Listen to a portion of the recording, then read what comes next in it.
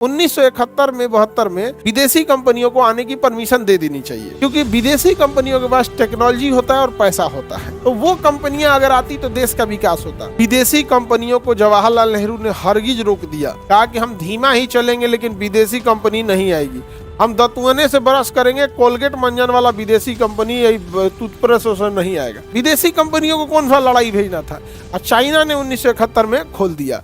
जितनी बड़ी बड़ी कंपनियां हैं वो डेवलप देशों में है, जैसे नॉर्वे है, छोटा सा देश है बट बहुत रिसर्च में आगे है। स्वीडन है, बहुत आगे।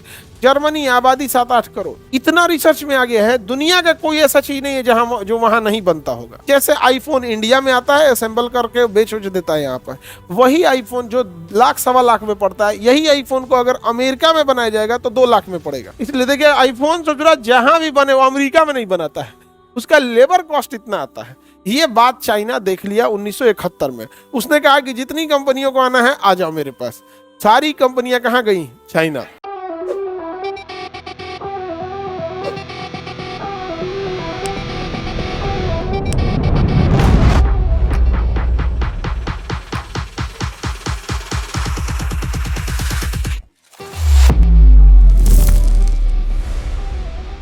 यहां से हम लोग की आजादी मिल गई, सरकार आ गई। इससे बाद जो पीरियड आता है, जो समय आता है, उसे हम लोग नेहरू काल कहते हैं। क्या कहेंगे? नेहरू काल। नेहरू काल कहा जाता है, क्योंकि फिर देश के बाद पंचवर्षीय योजनाएं आई, सब देश का धीरे धीरे विकास हुआ। हमारे देश के विकास में उस समय सबसे अच्छा काम ये हुआ, विदेशी कंपनियों को जवाहरलाल नेहरू ने हरगिज रोक दिया, कहा कि हम धीमा ही चलेंगे लेकिन विदेशी कंपनी नहीं आएगी, हम दतुआने से ब्रश करेंगे, कोलगेट मंजन वाला विदेशी कंपनी टूथब्रश नहीं आएगा। तो ये काम उस समय सारे नेताओं ने किया, क्योंकि प्रधानमंत्री पे ही क्रेडिट या दोष दोनों देना होता है। अच्छा काम करेंगे तो आप ही जाएंगे, खराब करेंगे तो आप ही जाएंगे। लेकिन ये काम बहुत अच्छा था, विदेशी कंपनियों को रोक दिया। दूसरा गड़बड़ क्या हुआ, राजीव गांधी को ही खोल देना चाहिए था विदेशी कंपनियों को। राजीव गांधी को खोल देना, इंदिरा गांधी को, राजीव गांधी के समय से नहीं, इंदिरा गांधी को 1971 में 72 में विदेशी कंपनियों को आने की परमिशन दे देनी चाहिए, क्योंकि विदेशी कंपनियों के पास टेक्नोलॉजी होता है और पैसा होता है। टेक्नोलॉजी होता है और पैसा होता है, तो वो कंपनियां अगर आती तो देश का विकास होता। 1971 में हम लोग खोले नहीं। उसका एक रीजन भी था, 1971 में हम लोग बांग्लादेश के साथ उलझ चुके थे लोग। लेकिन विदेशी कंपनियों को कौन सा लड़ाई भेजना था। और चाइना ने 1971 में खोल दिया। जितनी बड़ी बड़ी कंपनियां हैं वो डेवलप देशों में है। और डेवलप देशों में आप प्रॉब्लम समझिए, जैसे नॉर्वे है, छोटा सा देश है बट बहुत रिसर्च में आगे है। स्वीडन है, बहुत आगे। जर्मनी, आबादी 7-8 करोड़, इतना रिसर्च में आगे है। दुनिया का कोई ऐसा चीज नहीं है जहां जो वहां नहीं बनता होगा। तो जब कोई जगह बहुत डेवलप होगी और जनसंख्या नहीं रहेगी ना, तो उस जगह में एक चीज निगेटिव आते जाएगी, वहां जनसंख्या नहीं है और लोग डेवलप है, तो लाइफ स्टाइल बहुत अच्छी हो जाएगी। लाइफ स्टाइल बहुत अच्छा होने की वजह से वहां लेबर नहीं मिलेंगे। लाइफ स्टाइल इतनी अच्छी हो गई कि लेबर ही नहीं मिलेगा। अब वहां लेबर का चार्ज इतना महंगा हो जाएगा, इतना महंगा हो जाएगा कि आप मतलब वहां आप समझिए कि सर्वेंट जो है ना, सर्वेंट भारत के डॉक्टर से ज्यादा कमाएगा। तो पॉपुलेशन ही नहीं है भाई, आप काम किससे कराइएगा।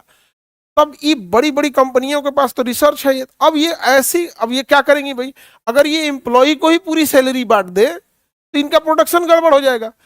तो ये सोचती है एक ऐसे देश में अपनी फैक्ट्री डाले जहां पर ये केवल अपना कारखाना लगाएं और वहां से सस्ते मजदूर का यूज करें, प्रोडक्शन करें। और इन कंपनियों के पास इतना बड़ा ब्रांड होता है, वो कहीं बेच देती है। जैसे आईफोन इंडिया में आता है, असेंबल करके बेच देता है यहाँ पर। वही आईफोन जो लाख 1.25 में पड़ता है, यही आईफोन को अगर अमेरिका में बनाया जाएगा तो 2 लाख में पड़ेगा। केवल किस में बनाए थे? अमेरिका। इसलिए देखिए, आईफोन सोच रहा जहां भी बने वो अमेरिका में नहीं बनाता है, उसका लेबर कॉस्ट इतना आता है। ये बात चाइना देख लिया 1971 में। उसने कहा कि जितनी कंपनियों को आना है आ जाओ मेरे पास। सारी कंपनियां कहां गई? चाइना। कहां चली गई? चाइना। हम लोगों ने खोला कब? 1991 में। पढ़ा दिए आप लोगों को। कितने साल पीछे खोले? 20 साल बाद। वो 71 में खोलता है, हम लोग 91 में खोलते हैं।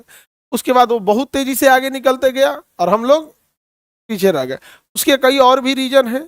चाइना कम्युनिस्ट है, वहां कोई रूल अचानक से लागू कर सकते हैं, कोई विरोध नहीं करेगा। हमारे यहाँ लोकतंत्र है और गड़बड़ हो जाता है सारी मुद्दे में। अब अपने ही स्टेट को आप देखिएगा, हमारे यहाँ क्राइम बढ़ने का एक रीजन क्या है?